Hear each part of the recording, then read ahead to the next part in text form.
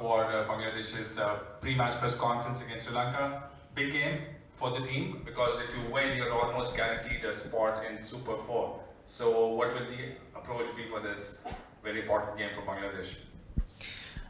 It's very straightforward. Our approach will go ground for the win, and last we win the series against Sri Lanka, so it gives us confidence, and we will step in the field for the win definitely. Bangladesh Sri Lanka rivalry is really talked about in Asia. Biggest rivalries in recent years. You've played some very competitive game with very passionate fans in both countries. Now, in a neutral country, what do you think? What will the fans look forward to from both countries? You know, wherever you go, Bangladeshi fans always there, and they always come to the field to support us, and that always boosts us in the field. And you know, our supporters very emotional. So whenever we play, they come and they support us, and that's our big strength. Sri Lanka, of course, are a very formidable team, especially in this format. They won the last time this tournament was played in the T20 format. They made it to the final of the 50-over format of the Asia Cup. How do you rate your chances against them and Sri Lanka in particular? What are the threats that Bangladesh probably will be planning for? We played lots of game against Sri Lanka. Before Asia Cup, we played a whole series, Test, ODI, T20s. So we know each and every players, and we will play accordingly. And I think there will be, of course, they have some good players, and we try to stop them, and we will play our best cricket, inshallah. Against Hong Kong, China, you bowled really fast, some rapid balls, and you looked in great rhythm. So just tell us a bit about your personal form, your bowling form, and how did you rate the pitch? The pitch is very nice. I really enjoy bowling there.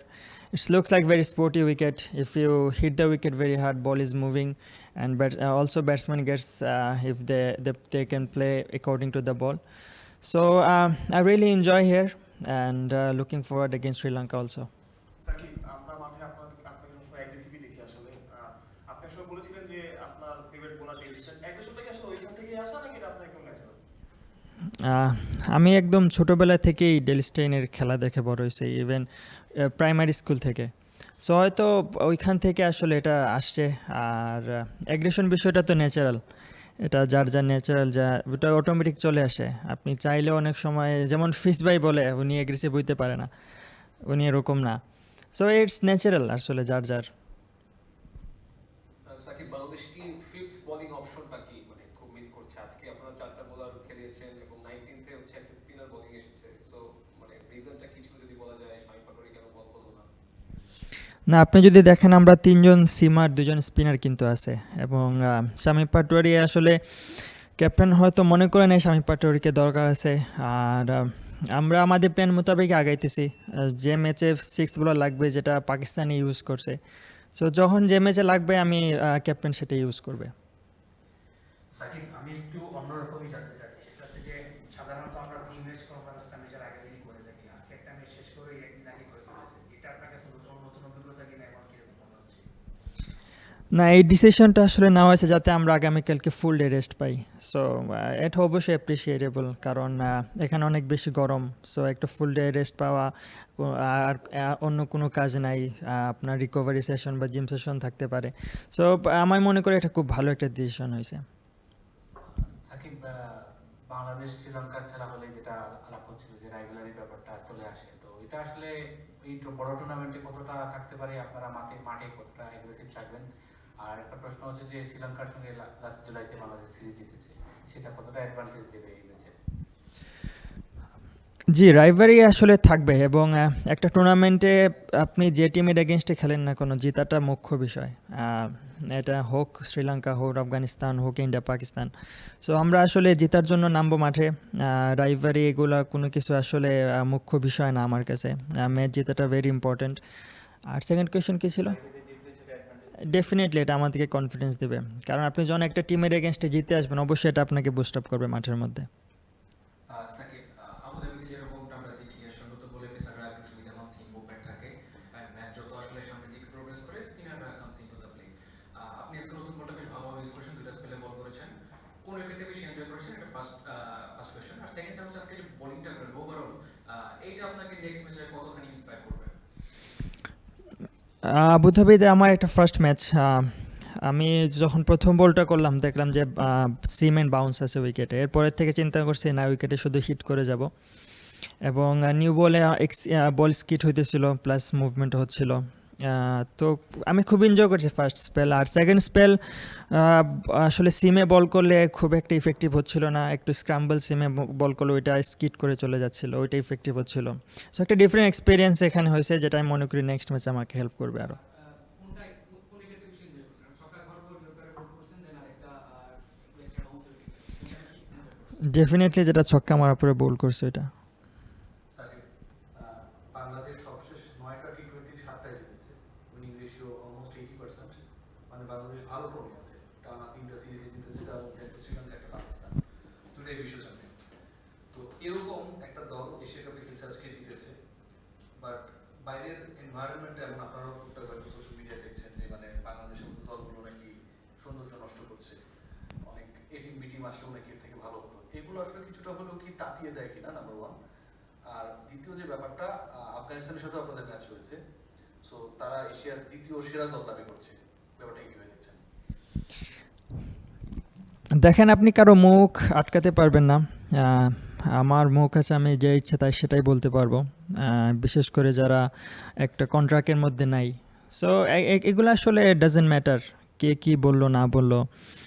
আমরা বাংলাদেশকে represent করি, আমরা এখানে একটা target নিয়ে আসছি, আমরা আমাদের বেস্টে খেলবো। এখন আমাদেরকে বড় টিম বলো ছোট টিম বলো, এটা আসলে দেখার কোনো টাইমই নেই, কোনো এটা দেখার কোনো বিষয় না আমি মনে করি।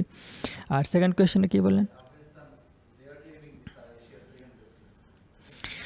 ক্লেম তারা করতে পারে, তবে it not going to be easy. আমাদের এগেনস্টে তাদের খেলাটা ইজি হবে না। আমরা নেক্সট টার্গেট ইনশাল্লাহ শ্রীলঙ্কার সাথে জেতার পরে ইনশাল্লাহ দেখা যাবে। শ্রীলঙ্কানদের বলা হয় সিংহ, বাংলাদেশের ক্রিকেটারদের বাঘ বলা হয়। বাঘ সিংহের লড়াই কিন্তু গত 5-7 বছর আমরা দেখছি ডিজাস্টার ট্রফিতে বাংলাদেশ শ্রীলঙ্কার বিপক্ষে 2 ম্যাচ জিতলো, তারপর গত টি20 ওয়ার্ল্ড কাপে জিতলো, সাম্প্রতিক সময় সিরিজ জিতলো। বাংলাদেশ কি এখন শ্রীলঙ্কার থেকে বড় ভাই কিনা ছোট ফরম্যাটে? বড় ভাই হয়েই কি আসলে পরের ম্যাচে আমরা নামবো কিনা?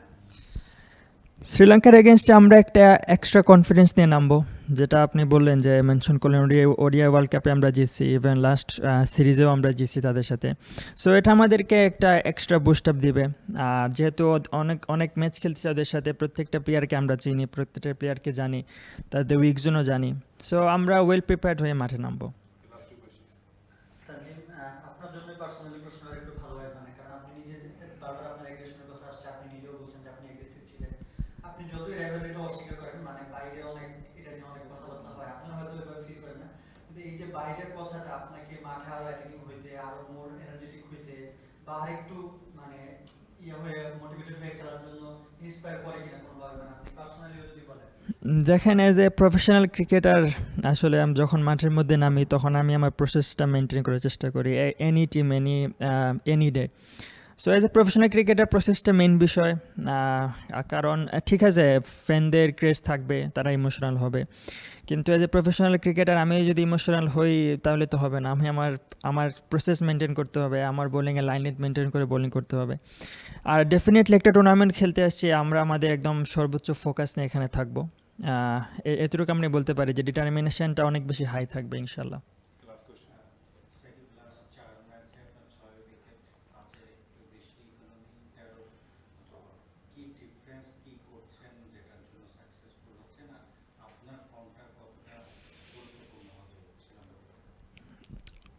আমি টি20 ওয়ার্ল্ড কাপে যে কাজটা করেছিলাম, যে শুধু আমি ফোকাস করছিলাম line and length, any opponent any batsman, আমি চেষ্টা করছিলাম শুধু লাইন লেন্থ মেনটেন করে বল করার।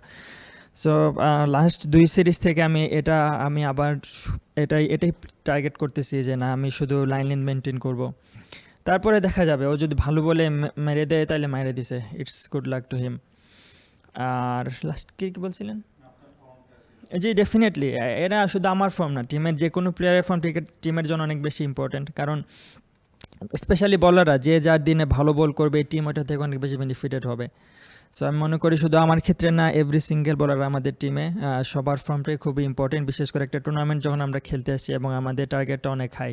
সো এভরি বলারের ফর্ম এই টুর্নামেন্টে থাকাটা খুবই গুরুত্বপূর্ণ এবং আমরা সবাই এভাবেই কাজ করতেছি ইনশাল্লাহ।